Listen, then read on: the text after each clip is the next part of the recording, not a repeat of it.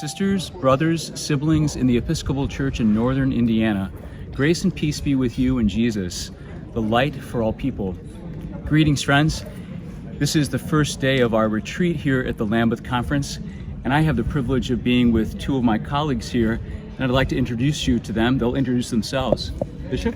I am Bishop Lusa, Bishop of Willesden in the Diocese of London. Bishop? My name is Joseph Wandera, a bishop from Kenya in the Diocese of Mumias. Bishop Joseph, can you share a bit of your first experiences and impressions of our time together here at Lambeth? I must say it has been an amazing time.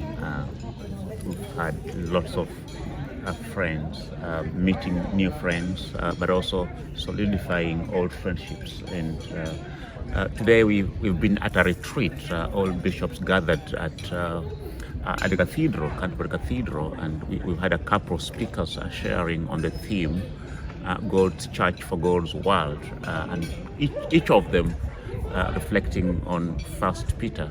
And what I've liked about this day is how the text speaks to us in a varied context. For me, from Kenya, context of alienation and poverty and inequality, and how God is inviting us to be transformative agents in the spaces that we occupy. And so I'm very, very, very excited about the days to come, and I very much look forward to them.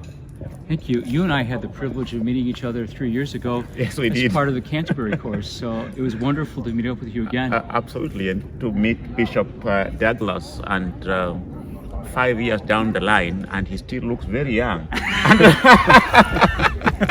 That's kind of you, my friend. And to laugh together and to take a cup of tea together, I'm sure that our fellowship has been strengthened, and I look forward to continuing to journey together as friends and as co-workers in the Lord's vineyard. Absolutely.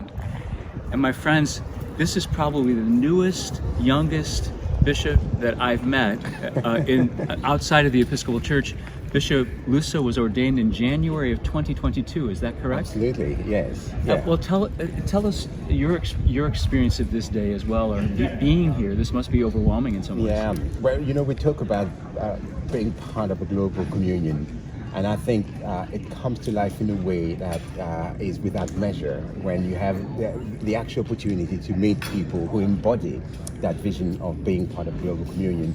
But also helping me from my hyper-privileged context of being part of the Church of England to recognize that being Anglican comes with a variety and a breadth of expressions, experiences, but also recognizing that all of us, although we are driven with the same desire to see Christ shared, Christ's love shared with all around our context, recognizing that we do so from very, very different places, very different vantage points, and recognizing also the gift of being able to hear each other's stories, but also the story of God at work in all of our contexts, in a way that fills the heart with a sense of hope, but also energizes our own thinking about how we engage missionally within the context in which we are set here.